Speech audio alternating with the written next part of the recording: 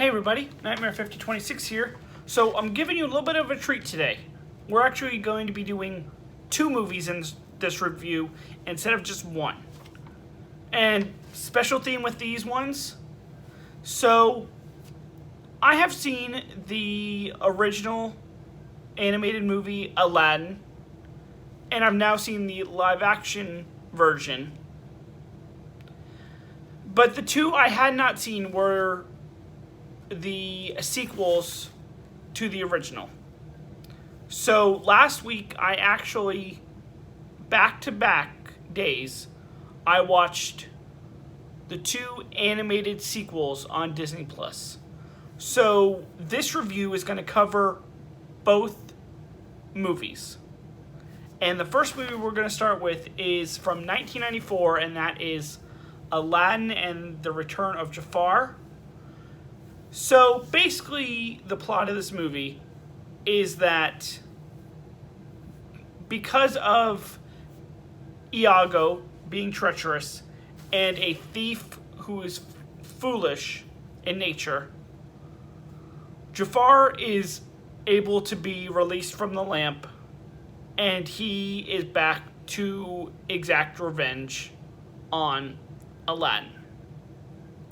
So most of the original cast is back, with one exception. Robin Williams did not come back to reprise his role in this movie. Instead, you got Dan Castellaneta.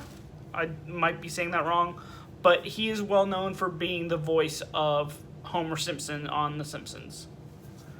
As far as the directors go, we have Toby Shelton is the director, and the other movies that he is known for is, in 1999 he did Mickey's Once Upon a Christmas, and in 2003 he did the sequel Atlantis, Milo's Return. So right off the bat, I will tell you, not a good movie. But the one positive I will say is the story and the plot.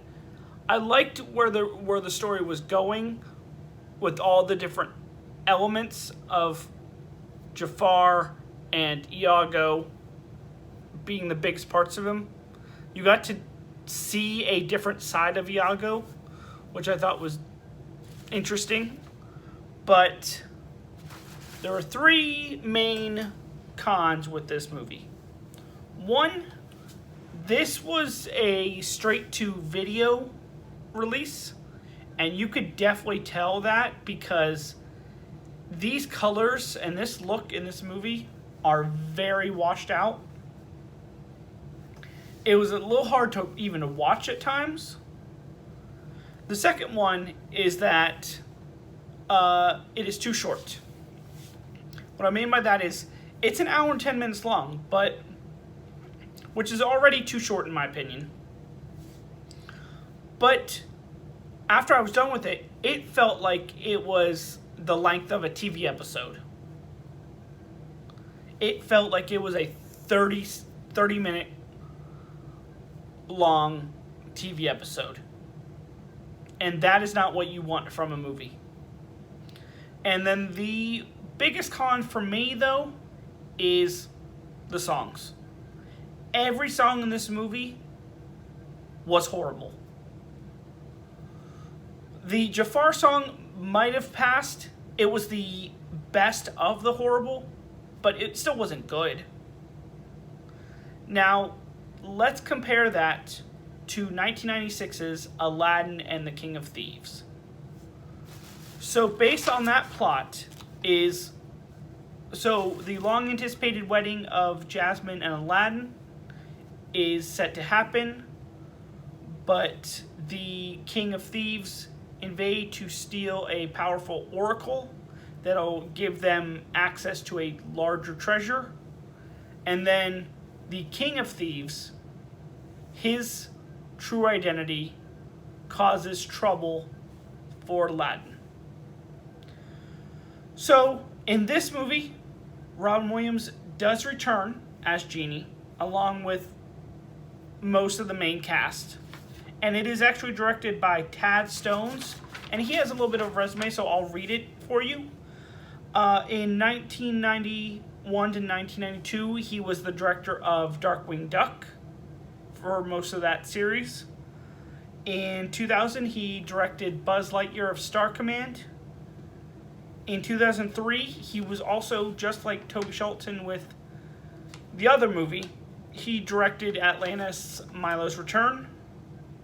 And in 2006 and 2007, he directed 2 Hellboy animated TV movies. So nothing substantial, but he has some credits to him. Now, before I get to the pros and cons, I will tell you, this movie was a lot better than Return of Jafar. And let's start with the pros. I thought the story was well done. You got to know the backstory of the King of Thieves, and you got to learn more of the backstory with Aladdin and Jasmine as well. And I just felt like the story flowed better. And with that, the songs were a lot better. They weren't very memorable, but they're a lot better than Return of Jafar songs. As far as negatives, there are very few negatives, but it's obvious it's not as good as the original. None of these movies were going to be as good as the original. I will even say the live-action version is not as good as the original animated movie.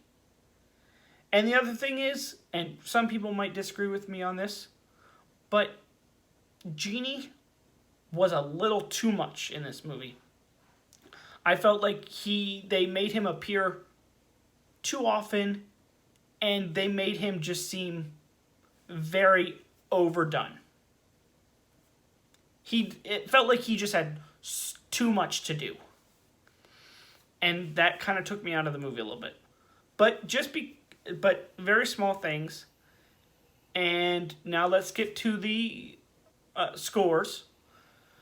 For Aladdin and the Return of Jafar, I'm going to give it a 1 out of 5. And for Aladdin and the King of Thieves, I'm going to give it a 4 out of 5. So let me know down in the comments what you thought of these movies. And don't forget to like and subscribe for more content. This is Nightmare 5026 signing off. Have a good night.